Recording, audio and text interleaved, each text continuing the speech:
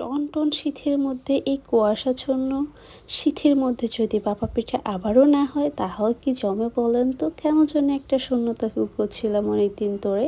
তো আমি ভাবলাম আজকে ভাপা পিঠা বানিয়ে ফেলি অ্যান্ড আজকে পুরো রেসিপিটা আপনাদের সাথে শেয়ার করার চেষ্টা করব টু জেড।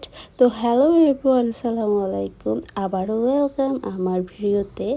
অ্যান্ড আজকে বানিয়ে দেখাচ্ছি হচ্ছে ভাপা পিঠা, খুবই পপুলার এবং শীতকালের জন্য বেস্ট একটা পিঠা। আমাদের বাঙালিদের যদি শীতের পিঠা প্রতিদিন সকালে বিকেলে না থাকে তাহলে তো কেমন যেন একদম ভালোই লাগে না। যদিও এই পিঠা রেগুলার খাওয়ার মতো এনার্জি সবার থাকে না, বাট আমার বাসায় বেসিক্যালি অলমোস্ট প্রায় উইন্টারে এই শীত পিঠাটা কন্টিনিউয়াসলি থাকে। অ্যান্ড আমি আরও একটা ভিডিও বানিয়েছিলাম শীত পিঠা নিয়ে, বাট সেটা আমি টু জেড রেসিপি শেয়ার করতে পারি নাই। তো ভাবলাম আবারও একটা রেসিপি দিয়ে দিই। ফার্স্টেই আমি 2 কাপ পরিমাণ চালের গুঁড়ো নিয়ে নিয়েছি অ্যান্ড এখানে আমি পরিমাণ মতো লবণ দিয়ে দিয়েছি। এরপর আমি অল্প অল্প করে পানি দিয়ে এটাকে মিক্স করতে থাকবো। এই মিক্সারটার জন্য প্রায় আমার 5 থেকে 6 মিনিট লেগেছে অ্যান্ড এটি একটু সময় নিয়ে মিক্স করতে হয়।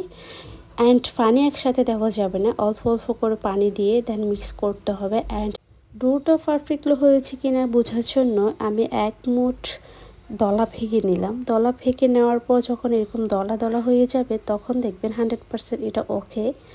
অ্যান্ড এরপর চলে যাচ্ছি ডিরেক্টলি ভাপা পিঠা বানাতে। অ্যান্ড এটা আমি ওভারনাইট মিক্স করে রেখেছিলাম। এখন যেহেতু শীতকাল সেটা বাইরে রাখলে নষ্ট হবে না, আর যখন দেখেন যে একটু গরম পড়ে সেক্ষেত্রে আপনারা কী করবেন, ফ্রিজে রেখে দিবেন যদি ওভারনাইট করে। অ্যান্ড এটা সকালেও বানিয়ে খাওয়া যায়। অ্যান্ড আমি এখানে একটা ফ্রুটসের প্যাকেট নিয়ে নিলাম, এটা করে আমি এই পিঠাটা বানাবো। অ্যান্ড কীভাবে বানিয়েছি সেটা অবশ্যই দেখেছেন। অ্যান্ড আমি এখানে 2টো মাটির কাপ নিয়ে নিলাম।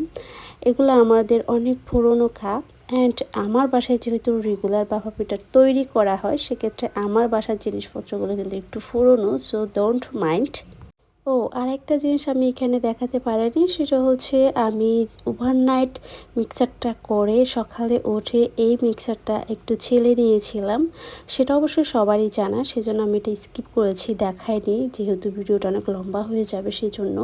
অ্যান্ড আমি এখানে একটা ভাপা পিঠা দিয়ে দিলাম। আমি ফার্স্ট অফ অল একটা হাঁড়িতে একটা পলিথিন মুড়িয়ে অ্যান্ড উপর থেকে একটা মাটির থাবা দিয়ে দিয়েছি। এটা আমাদের অনেক পুরনো, সেটাও দেখে বোঝা যাচ্ছে। অ্যান্ড আমি আরও একটা পিঠা বানিয়ে দেখাচ্ছি আপনাদেরকে। অ্যান্ড এটা খুবই ইজিলি হয়ে যায় এবং শর্টকাট, মাত্র 5 সেকেন্ড বা 10 সেকেন্ডের মধ্যে একটা পিঠা হয়ে যায়, এটার বেশিক্ষণ সময় লাগে না। আমি অনেকগুলো পিঠা বানিয়ে দেখাচ্ছি আপনাদেরকে। তো এই যে আমি অনেকগুলো পিঠা বানিয়ে নিয়েছি অ্যান্ড সবগুলো দেখেই বুঝতেছেন অনেক সুন্দর হয়েছে। ভাপা পিঠা বেসিক্যালি অনেকে পারফেক্টলি বানাতে পারে, আবার অনেকেই পারে না। অনেক সময় হয় কি হাড়ের সমস্যার কারণে অনেকের ভাপা পিঠা ওঠে না, সেজন্য আমি দেখিয়ে দিলাম। অ্যান্ড আমি এখানে একটা তাওয়া দিয়ে দিয়েছি। আমাদের বাসায় বেসিক্যালি ভাপা পিঠা একদম এরকম কাঁচা খাওয়া হয় না, একটু ফুড়ে লাল লাল করে ঝুল দিয়ে খাওয়া হয়, সেটাও একটু করে দেখিয়ে দিচ্ছি। আমি একটা তাওয়া দিয়ে উপর থেকে একটা জালি দিয়ে দিলাম, এটার উপর থেকে আমি সবগুলো ভাপা পিঠা একটা একটা করে দিয়ে দিচ্ছি। ফোড়া করে কিন্তু সব জায়গায় ভাপা পিঠা খাওয়া হয় না, সেটা বিশেষ করে সাতকানিয়াতে বেশি পপুলার। ওখানেই সবসময় আমি ওখানে দেখেছি ওরা একদম লাল লাল করে ফুড়ে তারপর ভাপা পিঠা খায় ঝোল দিয়ে অ্যান্ড চা দিয়ে। অ্যান্ড এটা সত্যি অনেক মজা হয়, আপনারাও ট্রাই করে দেখতে পারেন। অন্যদিকে আমি একটা মিঠা দিয়ে পিঠা বানিয়ে দেখাচ্ছি। এটা শুধু মিঠা দিয়েই বানাচ্ছি, এখানে কোনো রকম নারকেল ইউজ করা হয়নি। আমি আরেকটা ভিডিও যেটাতে দিয়েছিলাম সেটাতে কিন্তু নারকেল দিয়ে মিঠা দিয়ে বানিয়েছিলাম। মিঠা বা নারকেল দিয়ে যেটাই বানান না কেন সেটা একদম গরম গরম খেয়ে ফেলার জন্য ট্রাই করবেন। এটা গরম গরম সব থেকে বেশি দারুণ লাগে, ঠান্ডা হয়ে গেলে একদমই ভালো লাগে না। অ্যান্ড আমি এখানে টোটাল 5টা মিঠা দিয়ে বানিয়ে নিয়েছি। অ্যান্ড এটা আমরা একদম গরম গরম খেয়ে ফেলার ট্রাই করি, ঠান্ডা হলে একদমই ভালো লাগে না। অ্যান্ড এটা দেখে লোভনীয় লাগছে, আমার মনে হচ্ছে আমি এখনই খেয়ে ফেলি। আমার কিচেনের ভিউটা যখন অনেক সুন্দর সেক্ষেত্রে আমি ভাবলাম একটু ফটোশ্যুট করে নিই, আপনাদের জন্য একটু ভিডিও করে নিই, দেখতেও ভালো লাগবে।